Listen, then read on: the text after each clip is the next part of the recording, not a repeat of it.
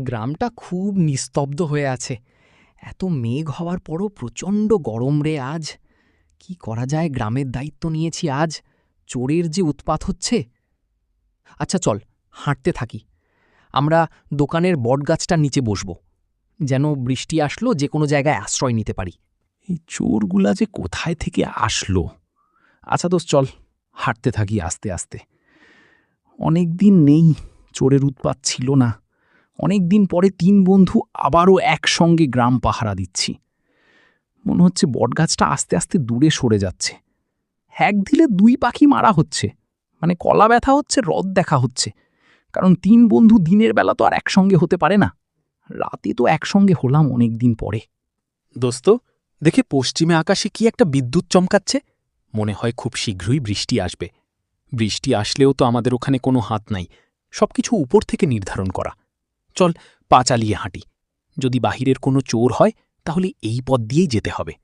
আচ্ছা, যদি ঘিরায় ধান খেয়ে যায়? এসব কি বলিস তুই? আসলে কেন বললাম, আসলে গ্রামের ভিতরে যে চোর থাকে তাহলে ওকে ধরব কি করে?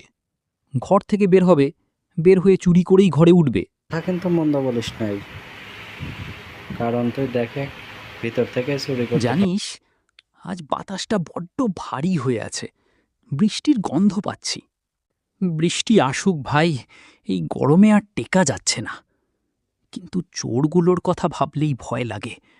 ঝড়ের শব্দে যদি ওরা কারো গোয়াল পরিষ্কার করে দেয়। আমরা থাকতে সেটা হতে দিচ্ছি না। আজ রাতটা আমাদের জাগতেই হবে। শুনছিস, এই গাছের নিচে নাকি রাতে অদ্ভুত আওয়াজ শোনা যায়। তুই আবার শুরু করলি, এসব ভূতের গল্পে আমি বিশ্বাস করি না। চুপ, কিছু একটা শুনতে পাচ্ছিস না? দূরে কোথাও মেঘ গর্জে উঠল, তারপর গাছের উপর থেকে ভেসে এলো খস খস শব্দ।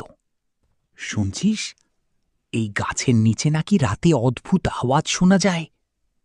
তুই আবার শুরু করলি, এসব ভূতের গল্পে আমি বিশ্বাস করি না। চুপ, কিছু একটা শুনতে পাচ্ছিস না?